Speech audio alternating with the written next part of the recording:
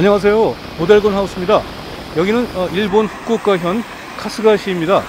저는 국내에서 구하기 어려운 일본 모델건 하나를 사려고 여기 왔습니다. 이 도시에 모델건과 에어소프트건을 파는 유명한 건샵이 있는데요. 찾아가 보겠습니다. 또 주택들이 많은 평화로운 중소도시의 큰 길가 한쪽에 꽤 큰 건샵이 자리 잡고 있어요. 역시 일본입니다. 점포 이름은 에치고야 남후쿠오카점입니다. 일본제뿐 아니라 홍콩제, 대만제도 있고요. 중고품 전동건, 가스건도 많이 파네요. 한참 구경하다가 모델건 코너에 숨어있는 이놈, 하트포드의 모델건 리버레이터 2022를 찾아냈습니다. 2차 대전 때 미국이 유럽의 레지스탕스들을 지원하려고 만들어서 비행기로 뿌렸다는 염가형 단발식권총 FP45 리버레이터를 재현한 모델건이죠. 바로 구매했습니다. 가격은 15,843엔이었습니다. 14만 1,000원쯤인데 작년에 국내 중고장터에서 28만원에 팔린 걸 봤는데 딱 반값에 횡재했네요. 기분 좋습니다. 이렇게 해외에서 산 모델건을 귀국길에 들고 가는 것보다는 현지 우체국에서 국내로 붙이는 게 제일 좋다고 보기 때문에요. 우편 발송하도록 하겠습니다. 호텔방에서 포장했습니다. 미리 준비한 칼라파트를 접착하는 것은 필수죠.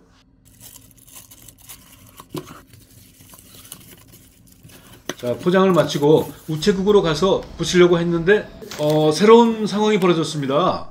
이제는 EMS로 물건을 보내려면 재팬포스트 사이트에 회원 가입하고 온라인으로 발송장을 써야 한다는 겁니다.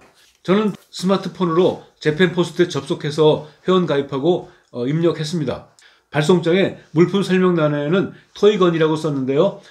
노 배터리, 노 가스, 노 어드헤시브 접착제죠.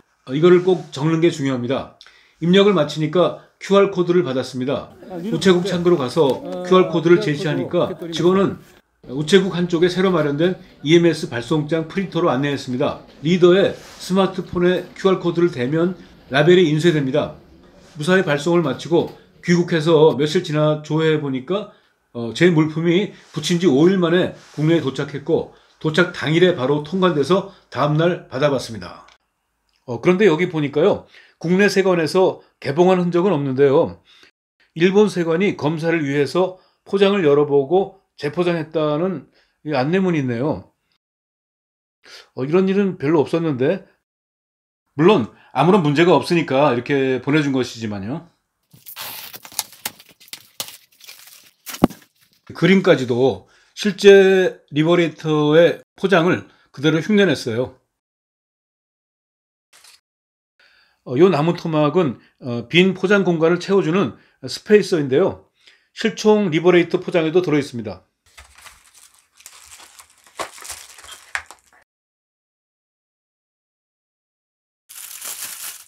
무게가 생각보다 꽤 무겁습니다. 메탈은 아니지만 금속 분말이 들어간 헤비웨이트 재질이기 때문에 그렇습니다.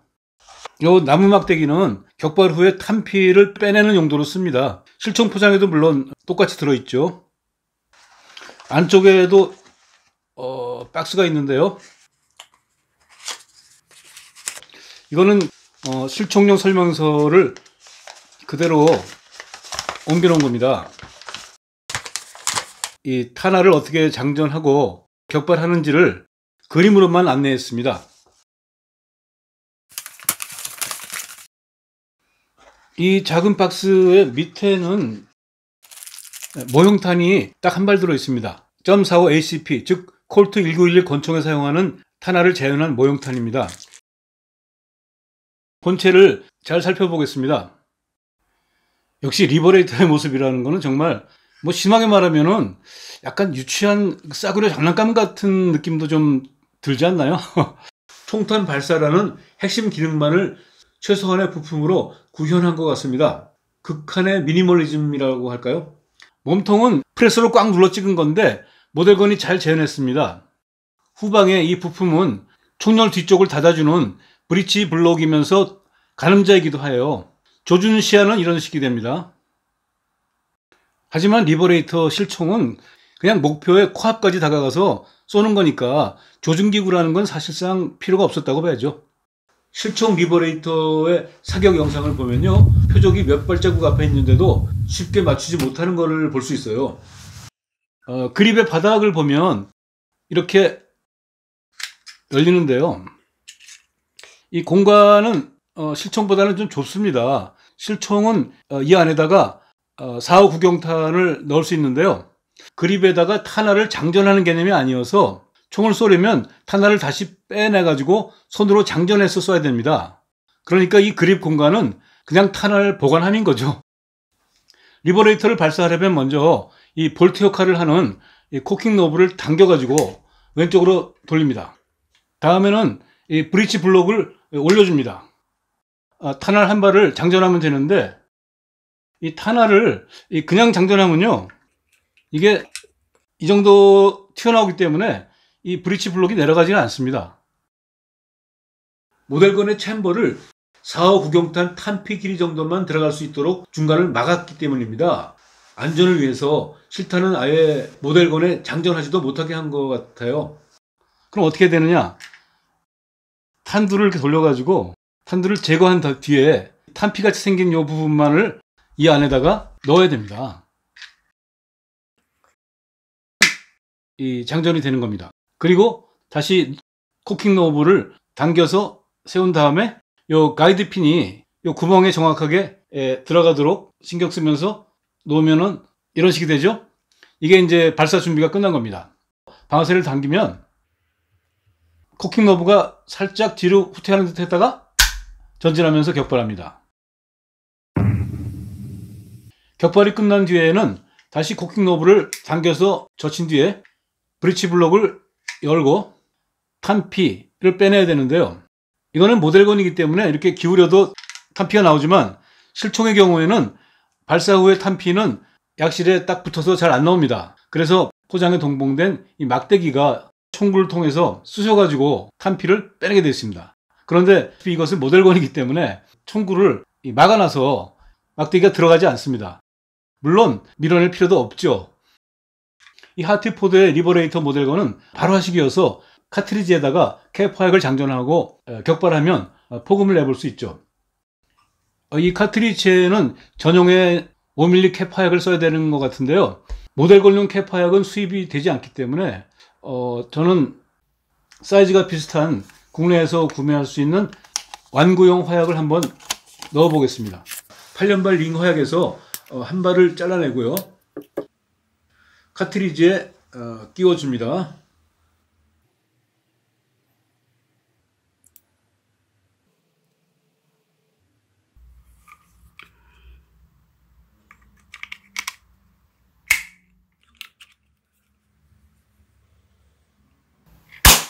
네, 모델건 캡 화약만큼은 아니지만 제법 큰 폭음이 나네요.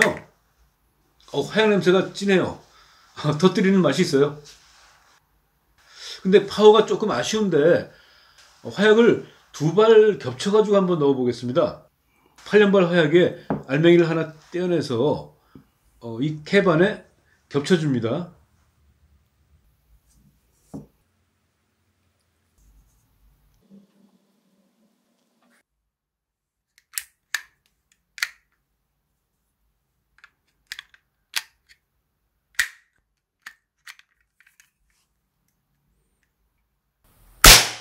확실히 한 발일 때보다는 소리가 조금 크네요.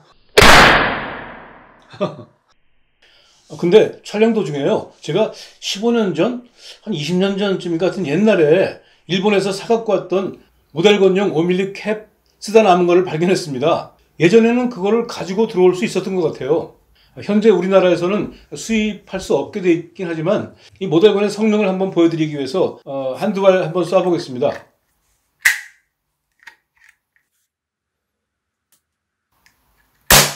역시 제대로 소리는 나네요. 근데 이거 너무 소리가 커서 이거 뭐 이웃집에서 뭐라 그러고 있는데요. 그만해야 될 것 같습니다, 이거는. 그러면 이번에는 패키지에 포함된 연마용 샌드 시트로 모델건의 표면을 좀 더 리얼하게 금속 느낌으로 바꿔보겠습니다. 이 시트로 헤비웨이트 수지를 연마하면 낡은 금속 느낌 등으로 가공할 수 있다고 하는데요. 한번 해보죠.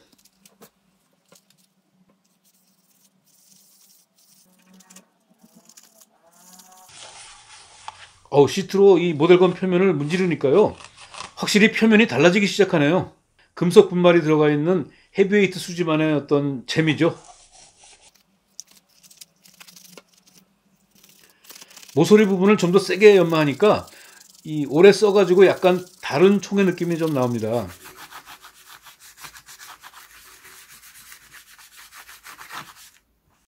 네, 작업을 마쳤습니다. 처음에 모델건의 표면 색상은 어두운 회색 같았는데 샌드 시트 가공을 하니까 확실히 이 금속 같은 느낌으로 변했죠. 뭐 전쟁터에서 막 굴린 실총 같지는 않아도 훨씬 더 총 같은 느낌이 오는 것 같아요, 제가 보기엔. 물론 이 칼라파트란 놈 때문에 좀 아쉽긴 하지만요. 그래도 리버레이터의 거친 느낌 더 살아난 것 같습니다.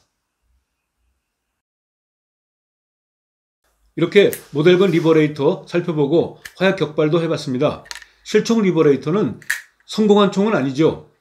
총의 모양도 화려하고 멋진 게 아니라 투박하기 짝이 없죠. 근데 이상하게 저는 자꾸만 이 총에 눈길이 갑니다. 무기 하나 없는 절박한 상황 속에서 어떻게든 목숨 걸고 싸워야 했던 사람들의 손에 쥐어졌던 무기의 어떤 아우라가 있습니다. 이번에 제가 일본에서 가서 구한 이 하트포드의 발화식 리버레이터 모델건은 2차 대전 매니아들이라면 눈길을 주지 않을 수 없는 재밌는 모델건이 아닌가 생각합니다. 네, 그럼 다음에 또 보기 드문 모델건 찾아내서 여러분과 만나겠습니다. 시청해주신 여러분 감사합니다.